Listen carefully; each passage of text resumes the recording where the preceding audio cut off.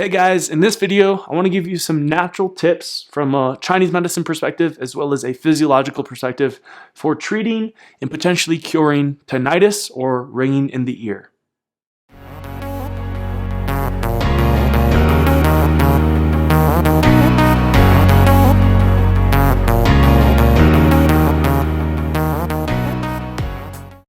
So I'm making this video actually based off of a frequently asked question that we get in the FAQ videos, and somebody recently asked this question again and actually asked if we'd make a full-length video on it, so I decided to do that.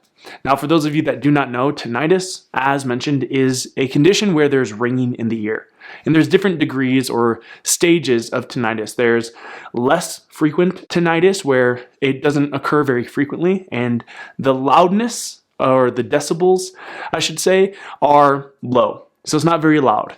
And then, of course, there's chronic tinnitus where it happens on a regular basis and the volume can become intense and very disturbing. Now, generally speaking, infrequent cases of tinnitus that only occurs maybe a handful of times out of the year and that is not very loud should not be anything to alarm you or concern you. However, chronic tinnitus, especially accompanied by a loud ringing volume, can indicate underlying health issues, as we'll talk about in a moment when we discuss causes of tinnitus, and could even lead to deafness or trouble with hearing over the long term. Now, there's a couple of different theories as to what causes tinnitus. I want to discuss it from both the traditional Chinese medicine perspective and the physiological perspective. Starting off with the traditional Chinese medicine perspective, according to TCM, ringing in the ear or tinnitus is said to be caused by weak kidneys.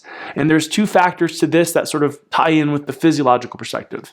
In TCM, the kidneys are said to actually be responsible for things like good hearing. And the kidneys are also responsible for fluid metabolism. And looking at tinnitus from a physiological perspective, tinnitus is actually really a fluid issue as well as a vascular issue. You see, what the ringing in the ear is indicating is that there's actually capillary leakage or tissue leakage in the ear, somewhere within the organ that is your ear internally. And this occurs for a couple of different reasons. According to a physiological perspective, one of the major reasons is inflammation. So generally speaking, what happens is that when a tissue becomes inflamed and it becomes irritated, this can cause tissue, cell, and capillary leakage, where fluids, in other words, get into the wrong places that they shouldn't be in. And this is supposedly what causes the ringing. Fluids getting into certain parts of the ear tissue or cell, and it's causing this ringing. But again, this is caused by chronic inflammation or even acute inflammation or irritation. And there's particularly one neurochemical or inflammatory mediator that's said to be involved or majorly causing this, and that is serotonin. Now, as I've mentioned in at least one or two videos before, serotonin has a lot of misunderstandings around it. It's not this feel-good neurotransmitter. It is not associated with depression when it's deficient. However, serotonin does increase the production of hormones like cortisol, a classic catabolic stress hormone, and serotonin also increases in defense to inflammation. And this inflammation could be caused by a wide variety of different things, bacterial endotoxins or pathogens, as well as general toxicity or a wide variety of different toxins. But nevertheless, as inflammation rises, so does serotonin. And serotonin can actually be an inflammatory mediator, a cause for inflammation, especially in the gut. In fact, serotonin levels typically are chronically elevated in most inflammatory bowel conditions or diseases like IBS, IBD, and even cancer of the intestinal tract. So serotonin is not, again, something that is generally associated with health and well-being. It is more or less a stress substance and an inflammatory mediator. And it may be particularly involved in the pathogenesis of tinnitus as well as gut inflammation. Basically, from my understanding, what serotonin does in regards to gut inflammation and why it rises is because serotonin will sort of flush your gut. It will stimulate peristalsis, which is why people that typically have IBS usually have things like frequent diarrhea or fluctuating loose stool to constipation. And this has a lot to do with the underlying inflammation and high serotonin that's coming in sort of in defense of the inflammation. So needless to say, there's a definite correlation between elevated serotonin levels, even gut inflammation, inflammation in general, and this is going to lead to tissue and capillary leakage, which could definitely extend to the ear cavity. So usually, as I think Hippocrates says, all disease begins within the gut. So there's not only a strong correlation between tinnitus and gut inflammation, but even things like inflammation of the urinary tract, so frequent urination issues, chronic infections in the urinary tract, and even in the sinuses are usually all connected to inflammation in the gut. So again, to summarize, basically tinnitus in the ringing is due to capillary or tissue leakage. And this is usually caused by some degree or some form of inflammation, which is caused by a wide variety of things. But particular culprits of inflammation are going to be bacterial imbalances in the gut, as well as high serotonin levels, amongst many other things. But these are probably going to be the major culprits. According to the TCM perspective, this also makes sense because weak kidney Jing, or weak kidneys in general, is definitely associated with everything that we've talked about so far. So the kidneys are responsible for regulating not just the fluids in the body, but also the stress response. And everything we talked about so far actually causes a biochemical or a biological stress in the body. So bacterial endotoxins, serotonin triggers the secretion of cortisol, and cortisol is secreted by the adrenal and kidney system. So in other words, inflammation is a stress that can weaken the kidneys. And over time, this can cause the kidneys to improperly regulate the fluids in the body, and this can lead to the capillary and tissue leakage that can lead to the tinnitus or the ringing in the ear. So what do we want to do now in order to address the tinnitus and the underlying causes? Well, basically all the tips I'm going to give you are going to be directly associated with addressing underlying gut inflammation. And there's a few very simple things that we can do actually to lower gut inflammation, to correct any sort of bacterial imbalances in the endotoxin, and lower serotonin as well as general stress. So starting off with the more broader range tips and solutions here, the first thing that I'd recommend that you do is get a handle on any gut issues. So if you're somebody with IBS, IBD, Crohn's, fluctuating constipation to loose stool, any of those things, you want to get a handle on all of those issues. And we have videos here on the YouTube channel to give you some tips as to how to do that. So definitely be sure to reference the other videos like this, so that way you can get, again, additional information for healing any sort of digestive and gut issues. Otherwise, this video would get very long if I gave you every last tip I have for improving digestive function. You can also check out my online course, Perfect Digestion, for a complete and thorough guide as to how to heal digestive issues. But while I have you here and now, some very simple things that you can do, and to summarize or refine everything, would be to just eat a easy to digest diet.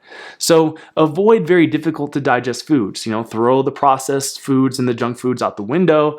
Actually, I'd recommend avoiding the consumption of a lot of grains, legumes or beans, nuts and seeds, and a lot of the polyunsaturated fat sources. So pretty much plant fats, most of them are actually difficult to digest, as well as avoiding raw, uncooked vegetables. And in many cases, vegetables altogether can be irritating to somebody with gut issues. And I would avoid the consumption of unripe fruits, which have very difficult to break down polymers, which could lead to gas and indigestion.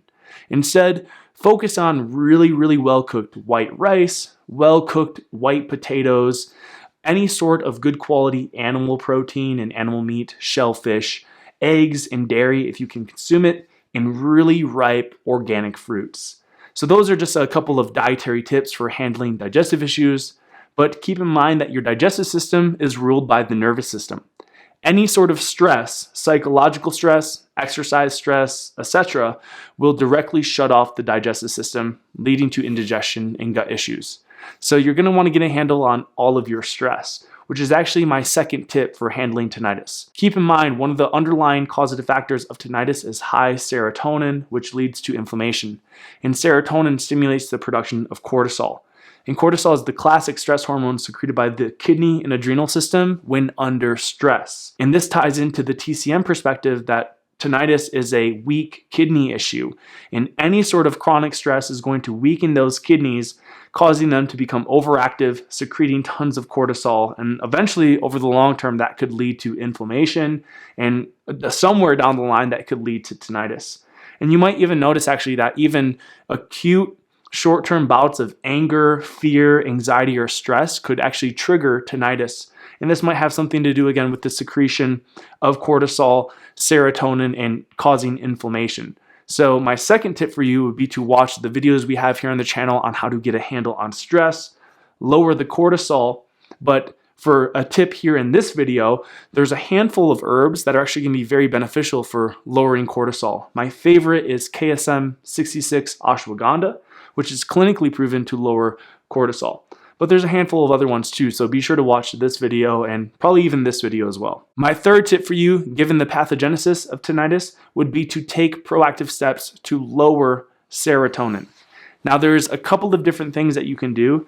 Generally speaking, as gut inflammation quells and goes down, your serotonin levels should also go to normal ranges. So if you're applying the tips to optimizing digestive function, if you're watching the other videos or taking the course, over time as you heal any sort of gut inflammation, that'd be the best thing you could do to lower excess serotonin that could cause the ear tissue to become damaged and leaky.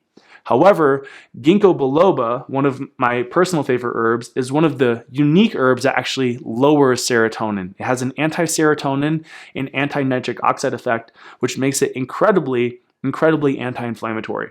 So I definitely recommend looking into supplementing with ginkgo biloba to lower any serotonin. Moving along, let's get into a little bit more of a specific tip for tinnitus, looking at one study on the beneficial effects of coffee or caffeine on preventing tinnitus. Now you might be thinking, especially if you come from the TCM background, wait, isn't coffee a stimulant? Isn't caffeine going to weaken my adrenals and my kidneys further?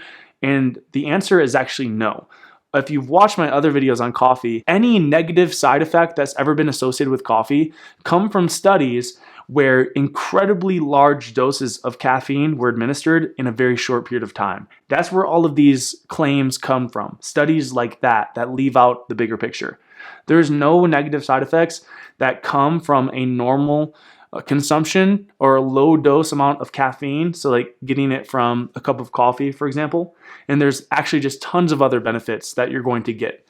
And from my understanding in this particular study right here, basically caffeine actually has a protective effect to the stomach and the intestines from elevated serotonin and endotoxin. And if we take a quick look at the study on over 65,000 women over a period of 18 years, of those who drank more coffee had actually a reduced odds of developing tinnitus.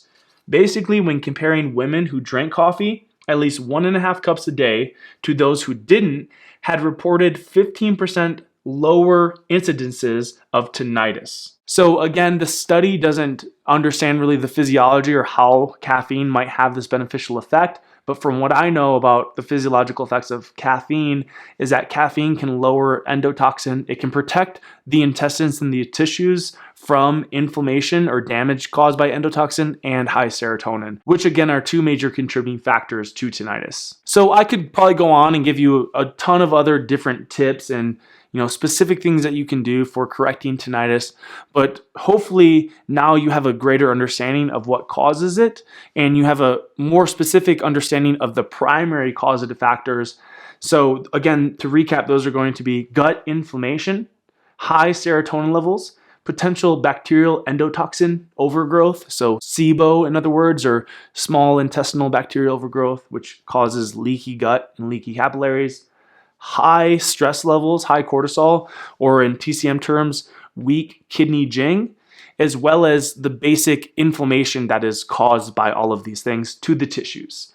So what you're going to want to do is to take the tips I've given you here, but also further research some things you could do to optimize digestive function, lower serotonin, correct any sort of bacterial imbalances in the gut, and quell any sort of inflammation. So these are all subjects we talk about frequently all the time here on the channel. So again, reference all the other videos I recommended in this video. Otherwise, that does bring this video to a close. If you've enjoyed it and found it helpful, be sure to give it a big thumbs up. Subscribe to the YouTube channel if you haven't already. And if you're interested in learning more or supplementing with any herbs I recommended throughout this video, you can find all of that on our online tonic herb shop in the description box below.